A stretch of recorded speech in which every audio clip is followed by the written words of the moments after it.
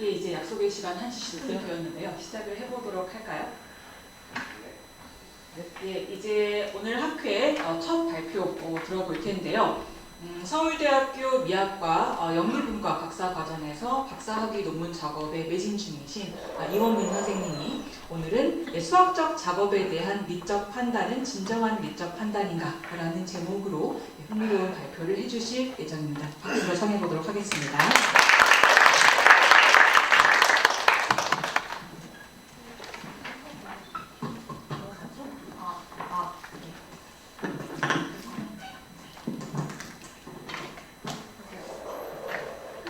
안녕하세요. 서울대학교 미학과 박사과정 이원빈입니다. 발표는 기본적으로 발표문을 읽는 방식으로 하되 경우에 따라서 중간중간 좀 생략하거나 구현하는 방식으로 진행을 하겠습니다. 우선 발표에서 사용되는 용어들을 좀 정리하고 넘어가려고 하는데요. 발표문에서는 각주 1번이랑 2번에 좀 정리가 되어 있습니다.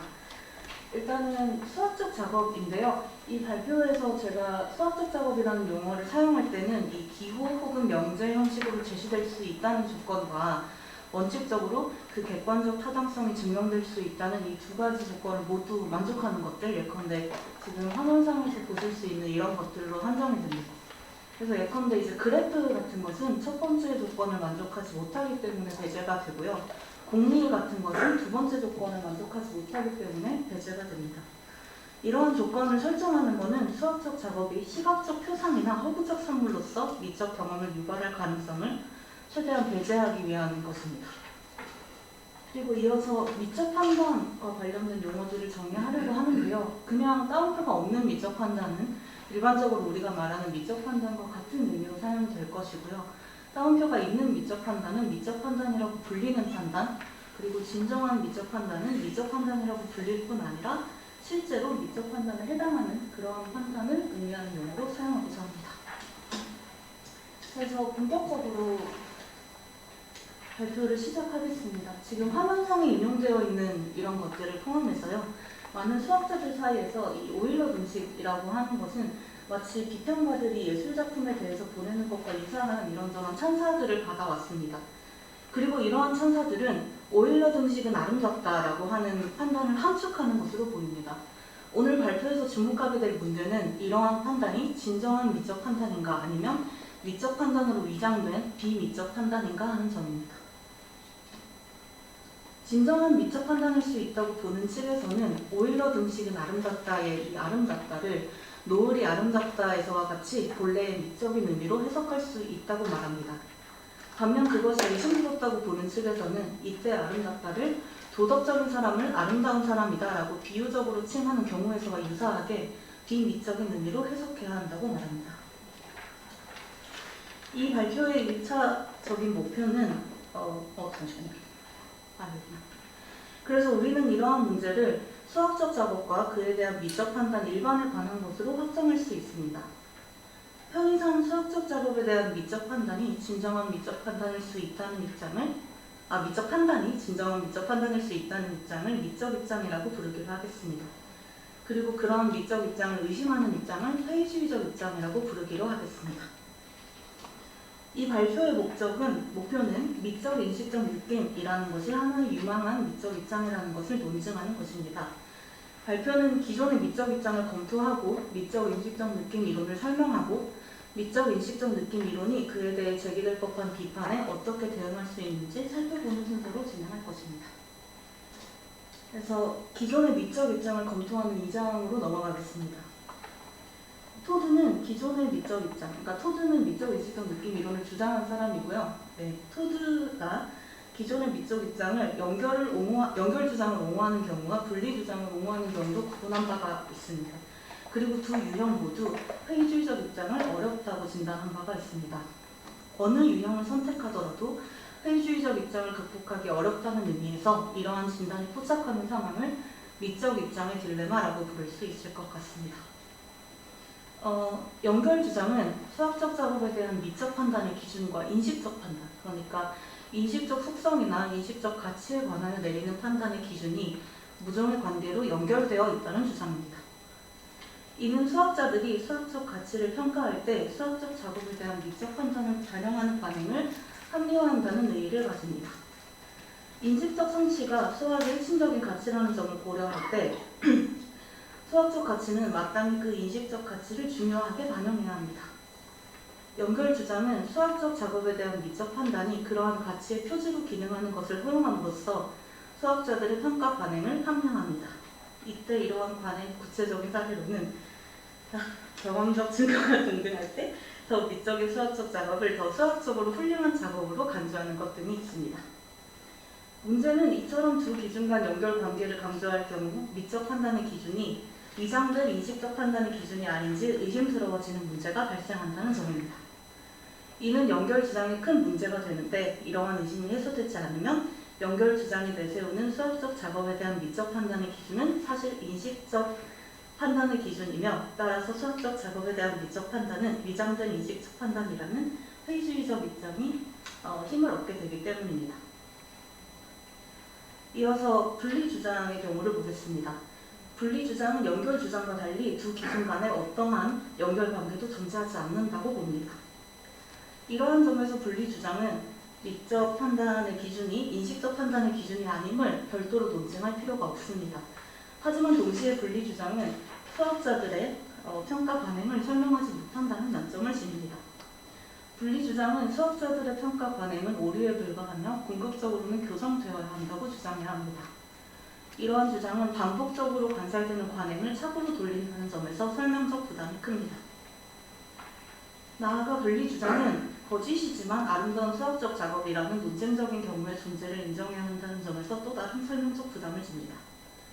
토드는 인식적 성취가 수학적 작업의 핵심적인 가치이나 수학적 작업에 대한 미적 판단이 그 진리값에 대한 고려와 독립적으로 이루어질 수 있다는 생각은 이해하기 어렵다고 주장한 바 있습니다. 그래서 정리할 때 미적 입장의 딜레마는 연결 주장이 두 기준 간 연관성을 설명하지만 하나가 위장될 것일 수 있다는 의심을 해소하지 못한다는 점에서 분리 주장은 그러한 의심은 피하지만 두 기준 간 연관성을 설명하지 못한다는 점에서 불만족스럽기 때문에 발생합니다. 이는 미적 입장이 성공적이기 위해서 두 조건이 모두 만족될 수 있어야 한다는 것, 즉 수학적 작업에 대한 미적 판단의 기준이 미적 판단의 기준과 동시에 인식적 판단의 기준과 연관될 수 있어야 한다는 것을 드러냅니다. 토드는 그간 위 두 조건이 동시에 만족되지 못했던 이유로 미적 판단은 진리나 실용적 목적과 무관하다는 통념을 듭니다. 이러한 통념 때문에 수학적 작업에 대한 미적 판단의 기준이 미적 판단의 기준과 동시에 인식적 판단의 기준에 해당할 가능성, 즉 두 기준이 중첩될 가능성이 부당하게 배제되어 왔다는 것입니다.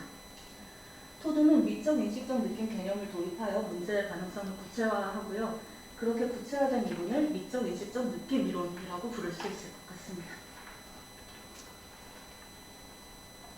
이어서 본격적으로 미적 인식적 느낌 이론에 관해 설명하는 3장을 보겠습니다. 이 장에서는 미적 인식적 느낌 이론을 다음에 4단계로 나누어 설명하고자 합니다.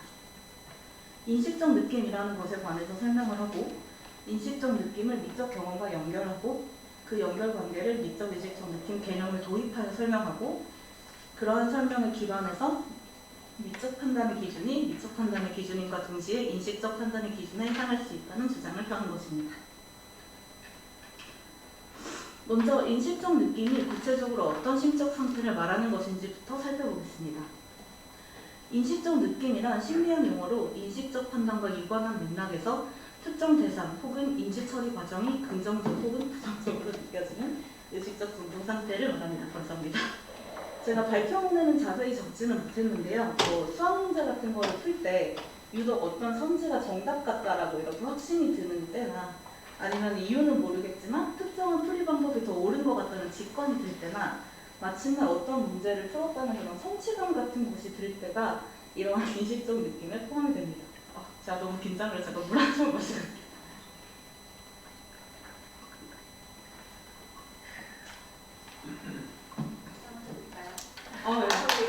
죄송해요. 목소리가 너무 떨리고 듣기도 네, 잘 해보겠습니다. 그래서 오늘날의 심리학 연구들은 인식적 느낌이 인식적 판단의 휴리스틱으로서 중심적인 역할을 한다는 것을 뒷받침합니다. 이때 인식적 느낌이 인식적 판단의 휴리스틱이 된다는 말은 인식적 판단을 내려야 할 때, 특히 주어진 정보가 굉장히 한정적이고 부족한 상황에서 인식적 판단을 내려야 할 때 인식적 느낌이 기준으로 활용될 수 있다는 말로 이해해 주시면 될 것 같습니다. 그래서 발표문은 사례가 있는데 생략을 하고 다음 부분으로 넘어가겠습니다. 그래서 이제 토드는 인식적 느낌과 미적 경험을 연결짓기 위해서 두 심리학 연구를 중요하게 이용하고 있습니다. 첫 번째 실험으로부터 유창성이 미적 경험의 요인이라는 것을 끌어내고요. 두 번째 실험으로부터 유창성을 인식적 느낌의 요인이기도 하다는 것을 끌어냅니다. 그리고 그로부터 미적 경험과 인식적 느낌 사이에 유창성을 매개로 한 연결관계가 존재한다는 결론을 이제 이끌어낼 수 있다고 주장을 합니다. 이때 유창성이라는 개념이 굉장히 중요한데요. 유창성이라는 것은 어떤 자극이나 정보가 되게 쉽고 매끄럽게 느껴지는 경우를 말합니다. 복잡한 수식이나 도식의 내용을 쉽게 파악하지 못해 시간을 지체하게 되는 경우는 유창성이 낮은 경우이고요. 익숙한 형태의 수식이나 간단한 수식이나 도식의 내용을 단번에 파악하고 다음 추론을 자연스럽게 이어나가게 되는 경우는 유창성이 높은 경우에 해당합니다. 그러니까 단순하게 설명을 하자면 되게 어떤 것을 봤을 때 막힘없이 이렇게 술술 들어오는 경우가 있을 수 있잖아요. 그런 경우는 유창성이 높은 경우이고 중간중간 이제 바로바로 이해가 안 돼서 좀 막히게 되는 경우는 유창성이 낮은 경우다라고 이해를 해주시면 될 것 같습니다. 그래서 첫 번째 연구부터 보면요. 이 첫 번째 연구는 미적 경험을 유발하는 요인에 관한 심리학 문헌 연구입니다. 그래서 해당 연구에서 연구자들은 전통적으로 미적 경험의 조건으로 여겨졌던 이런 요인들이 각각 그 자체로 미적 경험을 산출하는 것이 아니라 유창성이라는 하나의 공통 모델을 거쳐서 미적 경험을 산출할 것이라는 가설을 세웠습니다.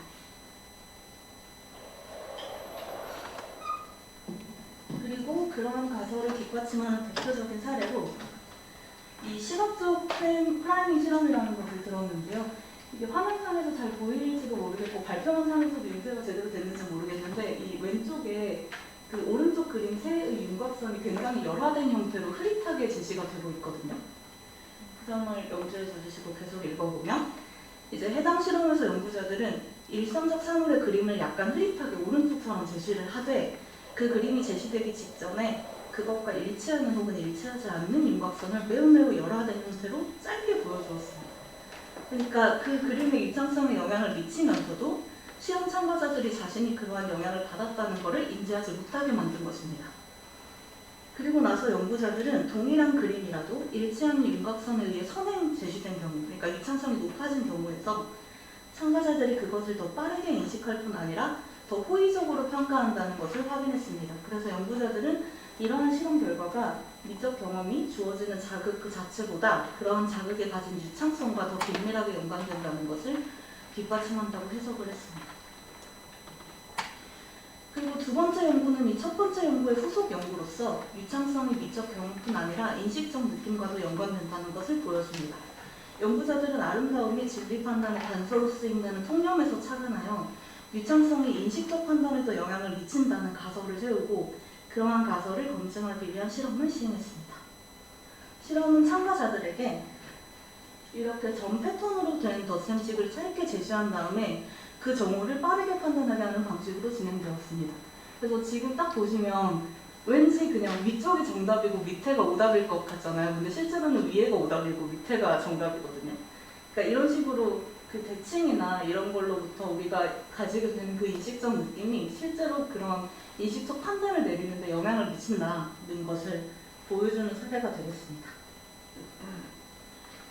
그래서 이제 계속 읽으면 연구자들은 이 실험 결과로부터 대칭성과 같이 높은 유창성을 나타내는 형식적 특성들이 인식적 판단의 휴리스틱으로 사용된다는 결론을 내립니다. 연구자들이 인식적 느낌이라는 용어를 직접적으로 사용하는 것은 아니지만 토드는 이들이 다루는 현상이 수학적 작업에 대한 인식적 느낌과 맞닿아 있다고 봅니다. 그래서 앞서 말씀드렸듯이 토드는 이런 실험 결과를 이 첫 번째 실험 결과와 종합을 해서요.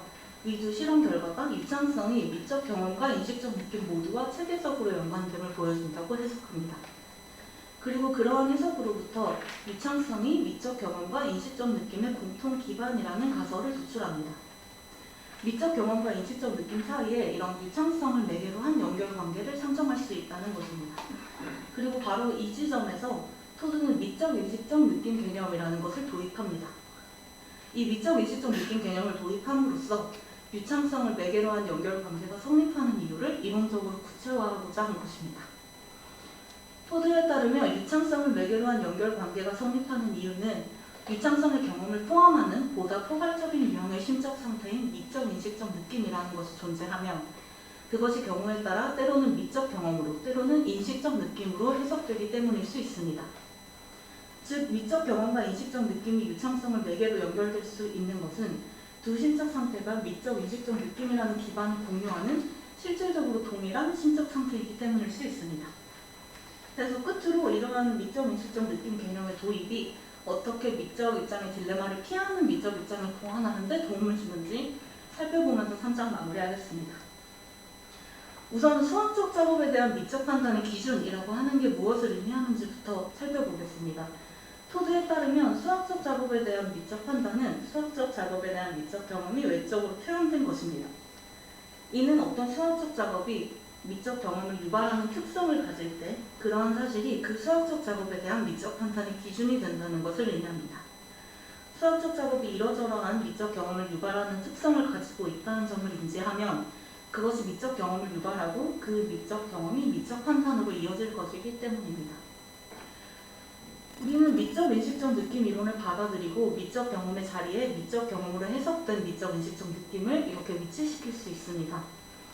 그리고 그로부터 미적 판단의 기준이 미적 판단의 기준임과 동시에 인식적 판단의 기준에 해당할 수 있다는 것을, 즉 미적 인식적 느낌 이론이 미적 입장이면서도 미적 입장의 딜레마에 봉착하지 않을 수 있다는 것을 도출할 수 있습니다.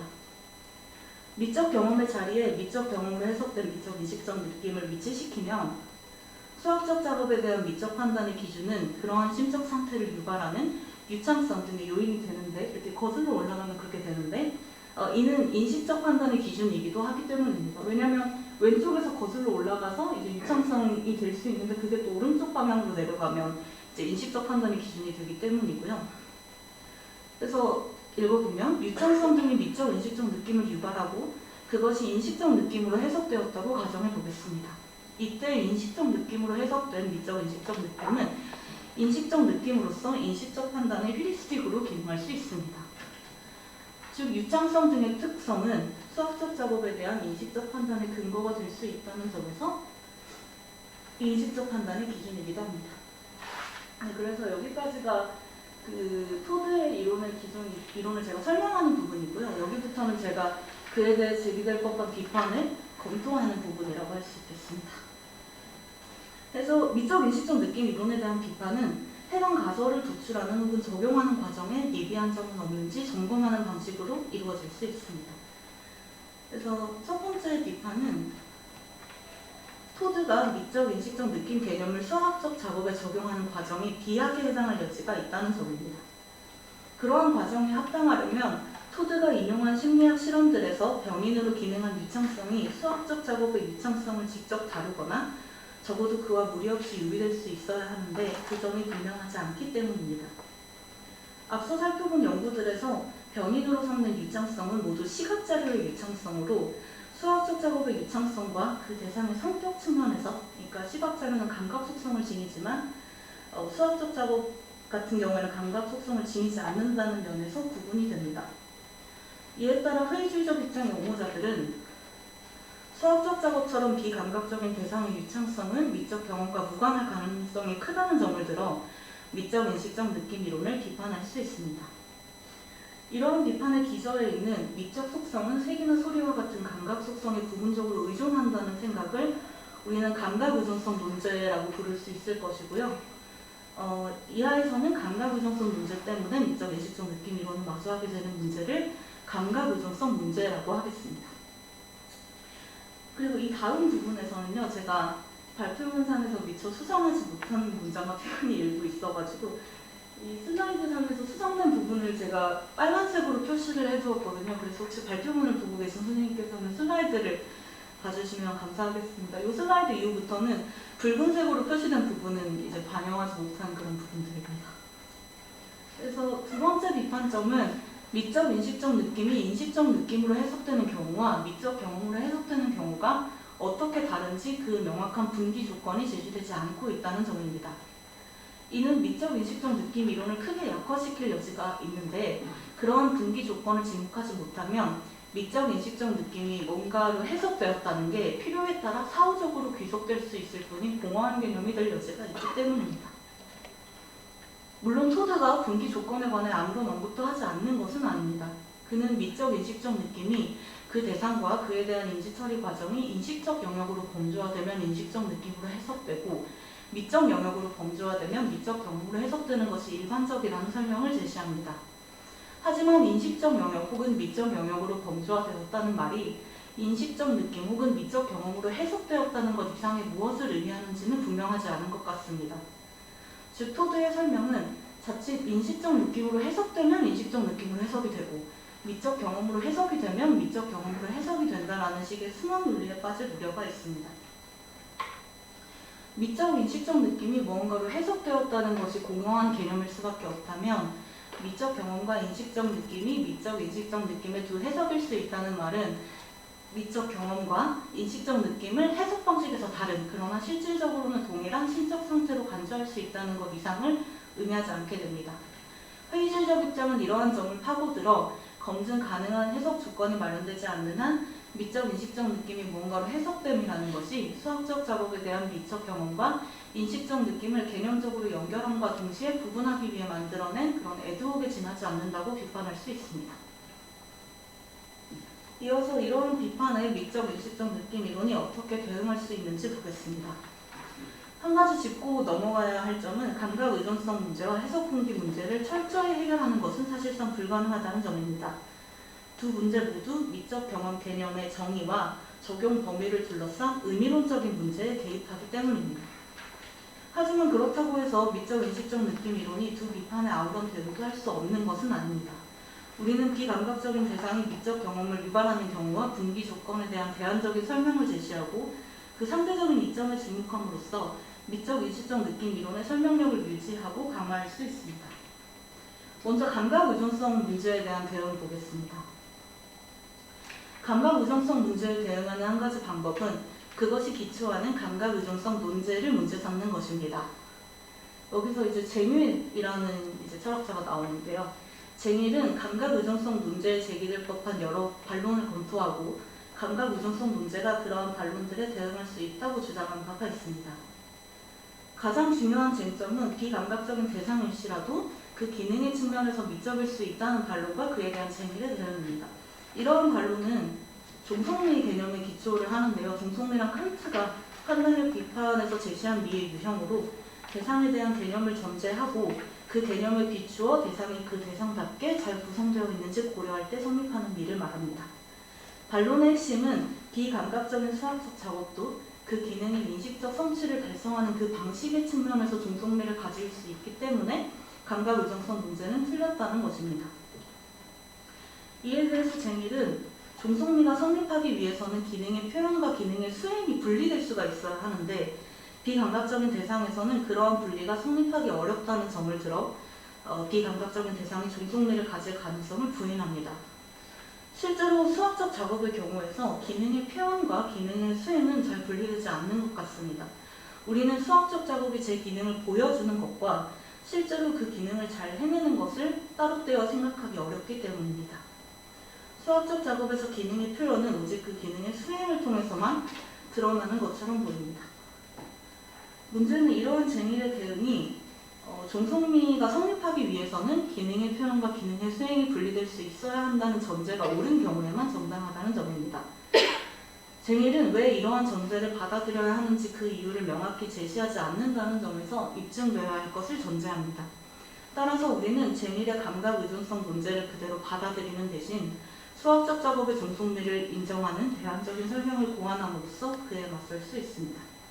그래서 2절 이하의 내용은 그러한 대안적인 설명으로서의 다커의 이론인데요. 요점만 전달을 드리고 생략을 하겠습니다. 요점은 다커의 이론을 채택을 하면 수학적 작업의 종속미를 인정할 수 있을 뿐 아니라 종속미를 더 일관적이고 경제적으로 설명을 할 수 있다. 그래서 회의주의적 입장을 고수하고자 하는 사람은 적어도 다커의 이론과 동등한 혹은 우월한 이론을 가지고 나와야 한다는 것입니다. 이어서 해석 분기 문제에 대한 대응을 보겠습니다. 여기도 조금 수정된 부분이 있어서요. 양해를 좀 부탁드릴게요. 저는 이제 다음과 같은 분기 조건을 보완해서 해석 문제에 대응할 수 있다고 주장하고자 하는데요. 그 조건은 이제 미적 인식적 느낌이 인식적 느낌으로 해석되는 경우는 그 대상 혹은 인지 처리 과정의 인식 수단으로서의 적절성의 평가 초점에 맞춰지는 경우이고, 미적 경험으로 해석되는 경우는 미적 형식으로서의 적절성의 평가 초점에 맞춰지는 경우라는 것입니다. 이때 인식 수단으로서의 적절성은 인식적 속성 내지는 인식적 가치의 수준에 대한 판단을 뒷받침하는 표지로서 주어진 대상 혹은 인지 처리 과정이 인식적 목적을 충분히 달성하고 있다는 신호로 파악이 됩니다. 반면 미적 형식으로서의 적절성은 그 형식 자체가 미적 속성이나 미적 가치를 지닌다는 것을 뒷받침하는 표지로서 주어진 대상 혹은 인지 처리 과정이 그 형식적 측면에서 의미나 감탄의 대상이 되는 방식으로 경험이 됩니다.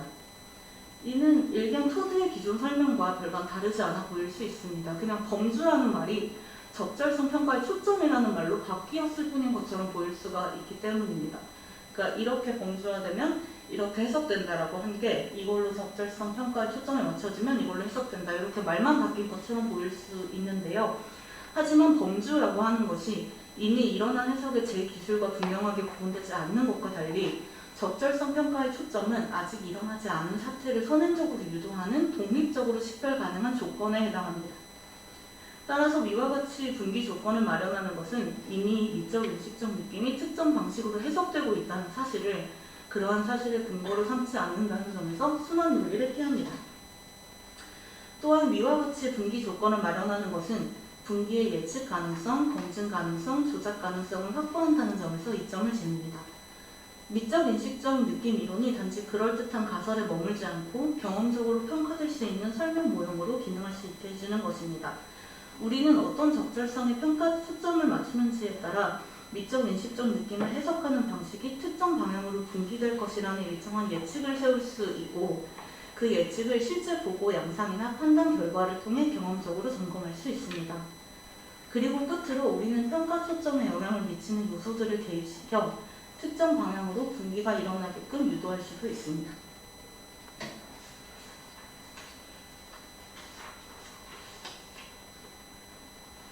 그래서 이러한 방식으로 분기 조건을 마련하는 것은 미적 인식적 느낌이 미적 경험으로 해석되는 경우와 인식적 느낌으로 해석되는 경우를 체계화하고 경험적으로 확인할 수 있게 함으로써 미적 인식적 느낌이 무언가로 해석되었다는 개념이 인지 방편에 불과하다는 생각에 대응합니다. 혹자는 이러한 대응을 두고 미적 영역과 인식적 영역을 분리하는 그런 전통적인 생각으로 회귀하는 것은 아니냐고 반문할 수 있을 것 같은데요. 하지만 전통적인 생각이 미적 경험과 인식적 느낌을 서로 배타적인 심적 상태로서 엄격하게 분리하는 것과 달리 이 절의 제안은 미적 인식적 느낌 이론에 따라서 두 심적 상태가 공통 기반을 갖는 심적 상태로서 그 기능을 상당 부분 공유할 가능성을 염두에 둡니다. 이 절의 제안은 미적 경험과 인식적 느낌이 분리된 심적 상태라는 전통적인 생각으로 회귀하는 것이라기보다 미적 인식적 느낌 이론의 핵심 아이디어를 그런 전통적인 생각과 조화시키려는 시도에 가깝습니다. 그래서 끝으로 결론부의 세 번째 문단만 읽고 마무리하겠습니다. 앞서 언급했듯 감각 의존성 문제와 해석 분기 문제를 철저히 해결하는 것은 사실상 불가능하다. 혹자는 이 점을 고려할 때 회의주의적 입장은 여전히 건재하며 따라서 미적 인식적 느낌 이론은 실패한 이론이라고 주장할지 모른다. 그러나 그러한 주장은 미적 인식적 느낌 이론의 의의를 지나치게 축소하는 것이다. 설령 회의주의적 입장을 반드시 완전히 불식시키지 못하더라도 미적 인식적 느낌 이론은 기존의 미적 입장에 처해 있던 딜레마 상황을 타개할 한 가지 이론적 가능성을 제시한다는 점에서 나아가 심리학 실험에 의해 도출되는 경험적 증거들을 일관성 있게 설명한다는 점에서 의의를 씁니다. 네, 발표 마치겠습니다. 감사합니다.